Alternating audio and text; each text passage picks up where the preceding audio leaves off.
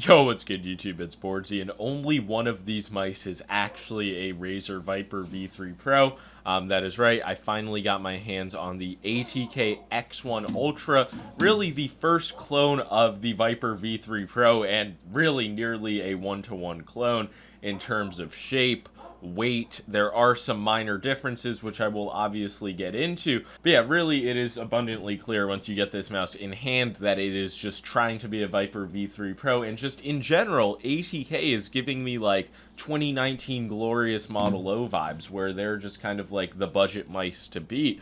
But there are a few things to mention. One of them is that this does have a few quality things to nitpick, similar to my ATK F1 Ultimate. I do have some side popping, this time on the right side, and it's not as bad, but again, I have only had this mouse for a few days. Issues can come up over time.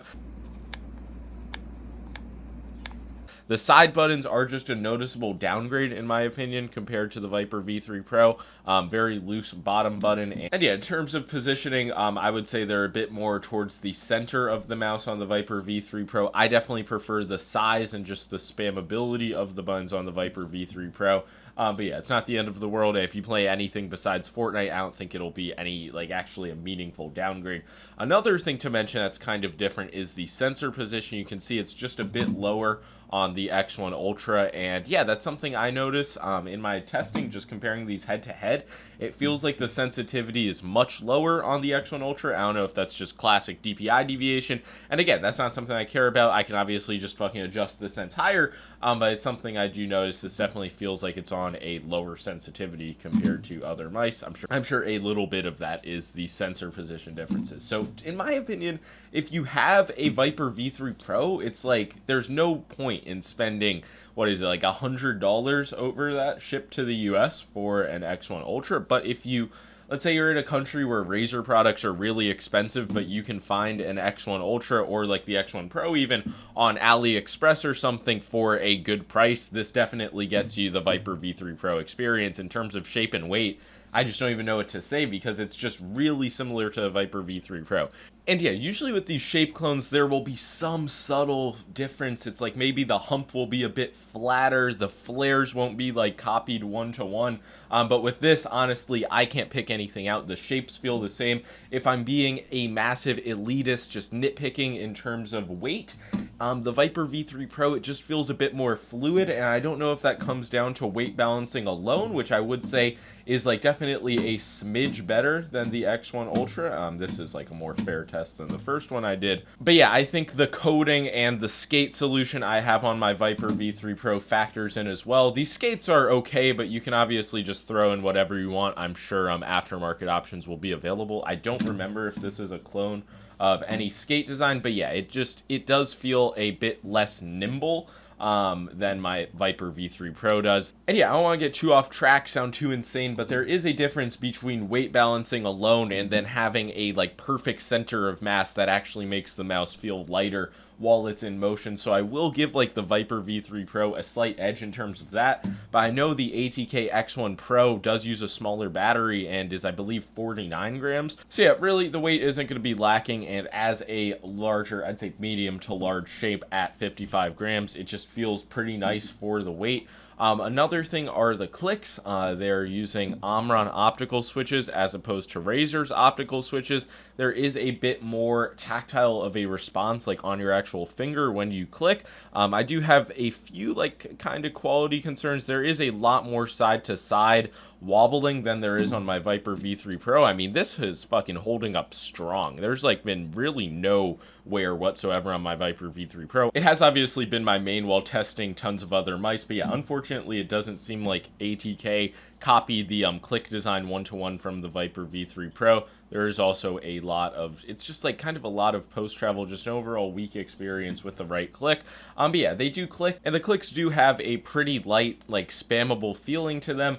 But I just feel like the clicks are gonna go bad at some point. This just gives me like glorious Model O vibes. The Viper V3 Pro definitely does have a shorter travel distance, a bit bouncier, like kind of a more mature, spammable click feeling.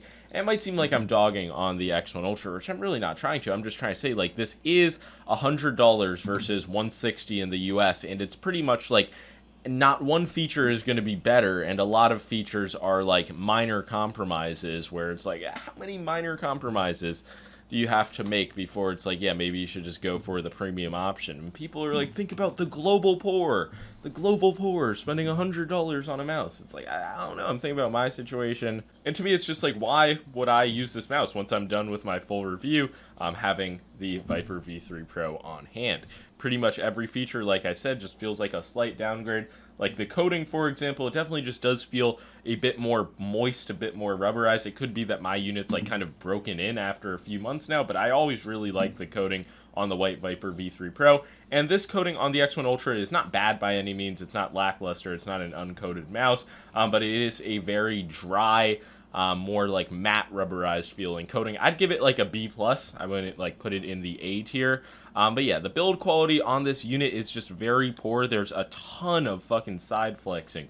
And it's to the point where it's not even the side popping that's an issue, even though with my pinky and ring finger I can occasionally feel that. It's just like with normal amounts of like thumb pressure, I can just feel the plastic flexing in. So the sidewall integrity is just really not good. There's also a lot of bottom flexing, which has generally been one of those things where everybody's like, it doesn't matter. But I've recently had some people in China tell me that if you grip hard on the side of the mouse and there's a lot of bottom flexing, that it can like mess with the sensor. It can like force the sensor to go down. I'm not sure how much merit there is to that, but I did notice like an abnormal amount of bottom flexing. So it really, I'm not afraid to say it. When everybody's like, ATK is fucking God's gift to Earth, I'm like, I don't know if these shells are really any good after my experience with the F1 Ultimate and just a few days on this.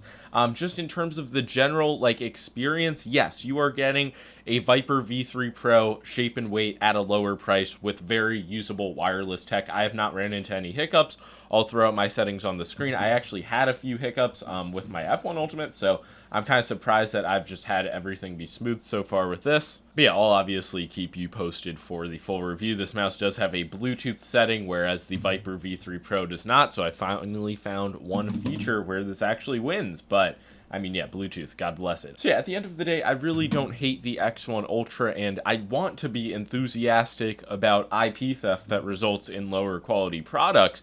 But in this instance, there's just a few too many issues. You're paying over $100, you don't get a comparable warranty, you're not getting bleeding edge tech, which again, is that going to be a massive real world difference for most people? No, you do get a 3950, presumably there are going to be firmware updates in the future, but you can't say that the tech is better than Razer's, obviously. And yeah, in my experience, the build quality just isn't on the same level. I know people love to hate the Razer opticals, presumably for their sound more than anything, but I just love the lightness, just the spammability. I do find most Omron optical implementations to just be a little bit stiff. But yeah, I really do think that over time, people, whether it's just with the clicks, the sidewalls, they're going to run into some issue on this mouse. As you can see, the side buttons move around a lot. I think this type of like thin button design is very standardized, but I just think it's so much worse than this like large style design that some companies like Razer and Zowie are actually implementing. So yeah, the X1 Ultra, if you're interested in it, if it makes a lot more sense than a Viper V3 Pro for just like your location, your financial situation, then it has the potential to be all right, but I would honestly wait for a second batch. This unit was sent out by ATK, so I presume it's like the more recent batch, but I have no way of knowing. But yeah, this it's just, I don't know, it's not a high quality offering, and that reminds me of Glorious from back in the day. So that's gonna be all for this video. Make sure to leave a like and sub if you enjoyed. If you hate me, if you have a great ATK mouse, let me know. Peace out.